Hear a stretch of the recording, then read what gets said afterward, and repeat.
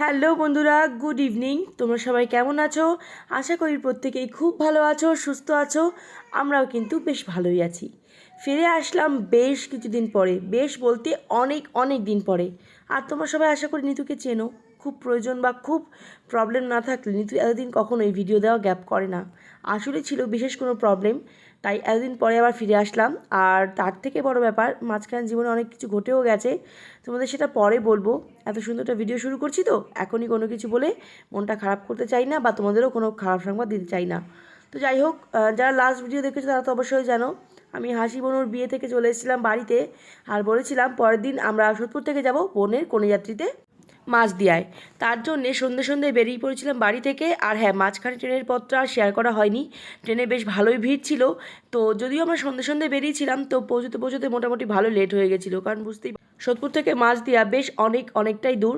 তবুও আর কি, যাই হোক ঠিকঠাক পৌঁছে গেছি এটাই বলবো। আর মাঝখান থেকে আমাদের সঙ্গে অ্যাড হয়েছিল আমার কাকিমা আর নতুন বউ, মানে আমার পূজা বনু। তো এই দেখো আমরা পৌঁছে গেলাম বিয়ে বাড়িতে। মাঝদিয়া হচ্ছে অভিদের বাড়ি, মানে আমার হাসি বনু শ্বশুর বাড়ি আর কি। খুব সাবধানেই পৌঁছে গেলাম, অসুবিধার কিছুই হয়নি। আর ততক্ষণ আমরা যখন গেলাম দেখলাম যে কনেযাত্রী এখনও এসে পৌঁছায়নি, আমরা একটু আগে আগেই ঢুকে পড়েছি। অবশ্য 5-10 মিনিটের মধ্যেই কনেযাত্রী সবাই চলে এসেছিলো। আর এই দেখো ঢুকতে দেখলাম খুব সুন্দর প্যান্ডেল করেছে। এদিকে হাসি বনুকেও জাস্ট অপূর্ব লাগছে, একটা ডিফারেন্ট লুক ও ক্রিয়েট করেছিল, সত্যি অসাধারণ লাগছিল দেখতে। দিনটা সত্যি ভোলার নয়, খুবই সুন্দর লাগছিল বনুকে। আমার মনে হচ্ছিলো বিয়ের দিনের থেকেও আজকের লুকটা বেস্ট, এরকম মনে হচ্ছিলো আর কি। তো বিয়েতে এসে আর কি মানে বোনের ঘরে ঢুকলাম, একটুখানি ফ্রেশ ট্রেশ হলাম। বুঝতেই পারো 2-2.5 ঘন্টা ট্রেন জার্নি, তো শাড়িটারি সম্পূর্ণ ঘেটে গেছিলো, চুলটুলো তাও ঠিকঠাক মোটামুটি রেডি হয়ে আবার চলে আসলাম বাইরে, মানে একটুখানি জাস্ট টাচ আপ করলাম, তারপরে চলে আসলাম বাইরে। আর একটু ফটোশ্যুট চলছে।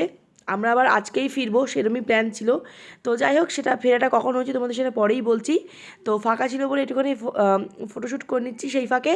আর একটু পরে কোনো জাতি ঢুকবে, তো তখন আর ফটোশ্যুট ঠিক মতন করা যাবে না। তো তোমরাও এনজয় করো বোনের বৌভাতটা। আর আজকেও সেম প্রবলেম হবে, প্রচণ্ড জোরে গান বাজে চারিদিকে। তো মনে হয় না নর্মাল গান অ্যাড করতে পারবো, তবু চেষ্টা করবো আর কি। আর আমার গলা শুনে তো বুঝতেই পারছো গলাটা একটুখানি ডিফারেন্ট পজিশনে আছে, ঠান্ডা গরম লেগে গলাটা বসে গেছে আমার, কারণ ওয়েদারটাও চেঞ্জ হয়েছে। আমি এই মুহূর্তে আছি আমার বাড়ি থেকে প্রায় 2000 কিলোমিটার দূরে। কোথায় সেটা এখনই বলছি না, ভ্লগে জানতে পারবে অবশ্যই, সঙ্গে থেকো। ও আগেই আমি বললাম যে আমার মাঝখানে জীবনে অনেক কিছু ঘটে গেছে, সব কিছু মিলেমিশে আর কি চলছে জীবন, কখনো ভালো কখনো মন্দ, জীবনের যা নিয়ম সেভাবেই আমার চলছে। তবে চেষ্টা করি সব মুহূর্তে সব কিছুর মধ্যে নিজেকে হাসি মুখে রাখা, নিজেকে সব পরিস্থিতিতে মানিয়ে নেওয়া, আর নিজেকে শক্ত রাখা। এটাই আমার মনে হয় প্রত্যেকটা মানুষের চেষ্টা করা উচিত। আর এই দেখো কনেযাত্রী ঢুকেও পড়েছে অলরেডি, খুশি বনুর মেয়ে চলে এসছে আগে। এদিকে দেখো সবাই একে একে ঢুকছে, নিজের আপন মানুষগুলো। তো তোমরাও দেখো, এনজয় করো, আশা করি তোমাদের এই ব্লগটা ভালোই লাগবে। ভাই কই? ও গাড়ি সাইড করছে, মানে ফোর হুইলারে এসেছি আমরা। চলো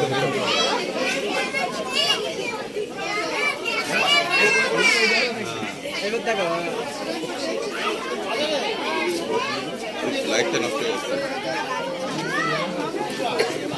এই বাবু কি করছিস?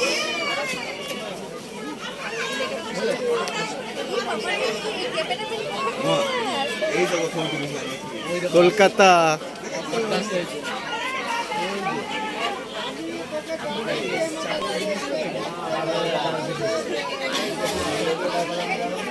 আছি আমি, ইরাক ভাই। ওই সব ভেতরে ভেতরে। হ্যাঁ, আমরা আসলাম 5 মিনিট আগে।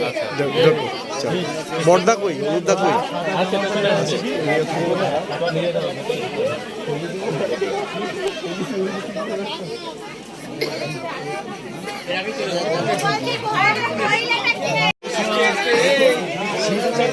অভিনেতা কোথায়? অভিনেতা ভেতরে যাও, খোঁজাখুঁজি করছিল। ছোটদাই আসতে পেরেছো তুমি? যাক, চলো ভেতরে চলো।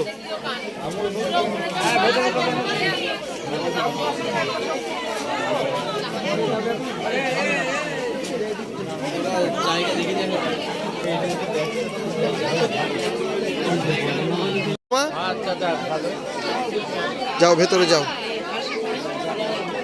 আমাদের সবাই চলে এসছে দাদা, না আর কেউ আছে বাইরে? একদম একদম।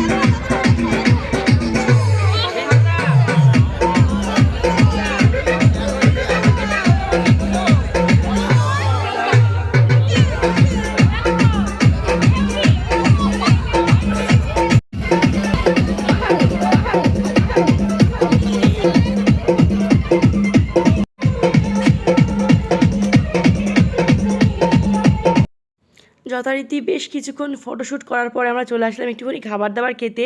স্টল বসেছিল ফুচকার, আর ফুচকা বলতেই তো আমরা সবাই পাগল, বুঝতেই পারছো। তো আমি লাইনে দাঁড়িয়েছিলাম, এসে তো বেশিক্ষণ ওয়েট করতে পারিনি, হীরক ভাইয়ের প্লেট থেকে নিয়ে খাওয়া শুরু করেছি। অ্যাকচুয়ালি ওই দিল, দাঁড়িয়ে আছি দেখে, তো ওখান থেকে নিয়ে খাওয়া শুরু করলাম। এদিকে বৌদি, তারপরে পূজা বনু, আমার কাকিমা সবাই দাঁড়িয়ে রয়েছে, সবাই একে একে খাবো। আর সত্যি কথা বলতে আজ এতদিন পরে এডিট করতে বসে আমার না মনে হচ্ছিল ওই দিনটাই ফিরে গেছি, বিশ্বাস করো। মাঝখানে এই দিনগুলো যেটা ঘটলো আমাদের সঙ্গে বা ঘটেছে সেটা আর মনে পড়ছিল না।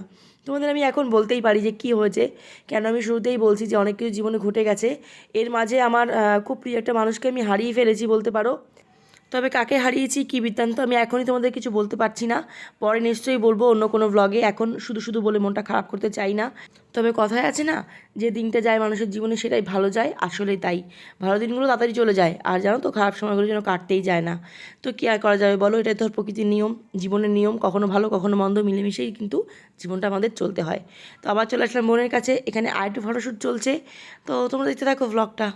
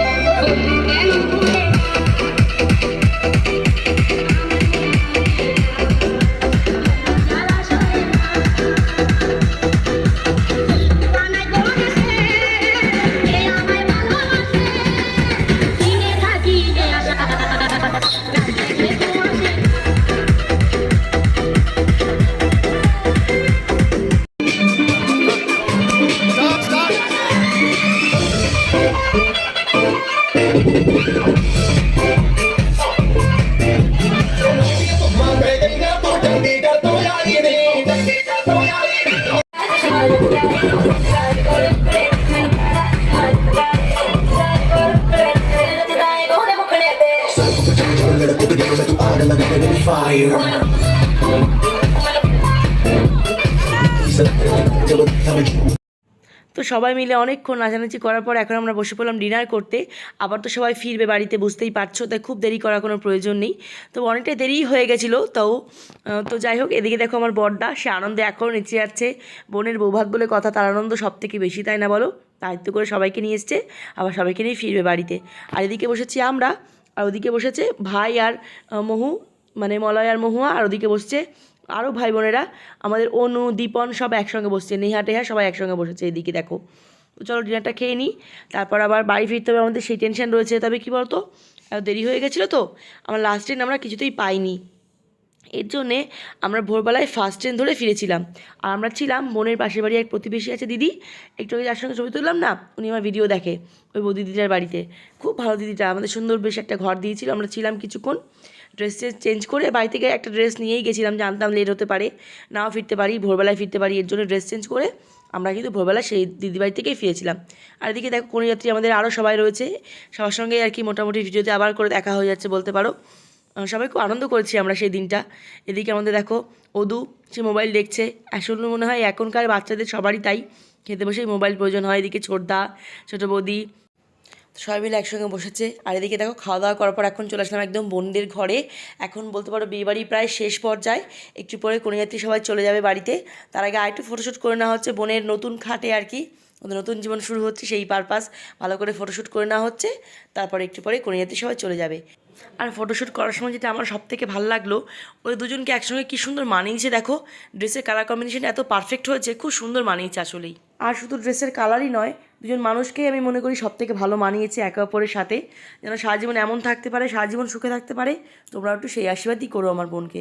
আর এই দেখো এখন চলে যাচ্ছে সবাই কন্যাযাত্রী, আমাদের লাডো সোনা, খুশি বনু সবাই যারা যারা এসেছিলো কন্যাযাত্রী প্রত্যেকে এখন ফিরে যাচ্ছে।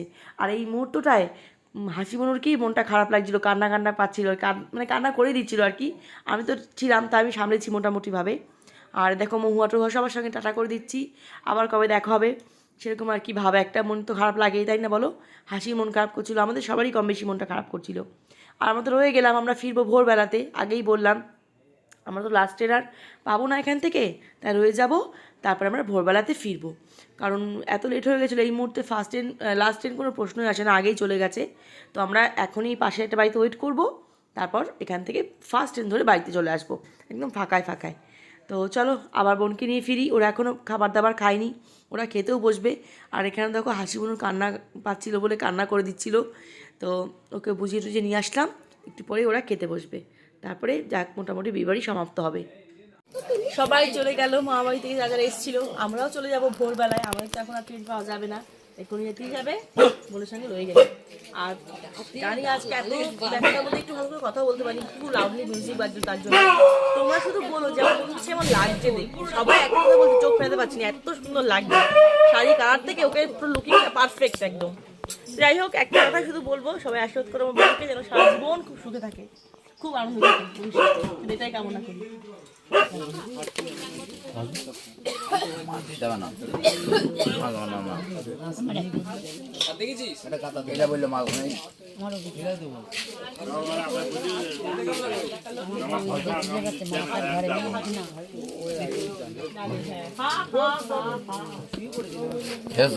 হ্যাঁ হ্যাঁ হ্যাঁ, কোনো চিন্তা নেই, খেয়ে নিয়েছি।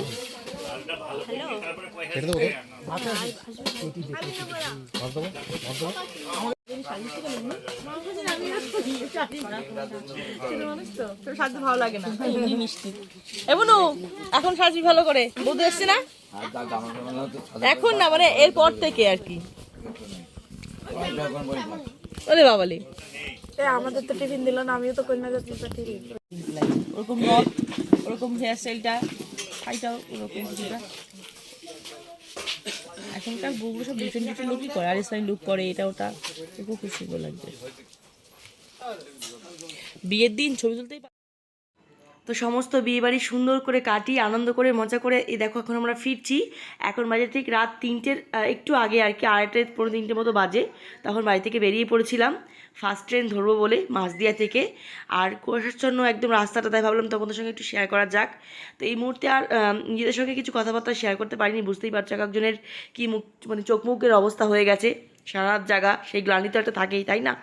চলো বন্ধুরা, আজকে এই ব্লগটা আমি এখানেই এন্ড করছি। তোমরা সবাই খুব ভালো থেকো, সাবধানে থেকো, সেই কামনা করি। সবসময় দেখা হবে আমাদের খুব শীঘ্রই নতুন একটা ভিডিওর সঙ্গে। ততক্ষণ সবাইকে টাটা, গুড নাইট। এই দেখো আমরা এখন ফিরছি বাড়িতে।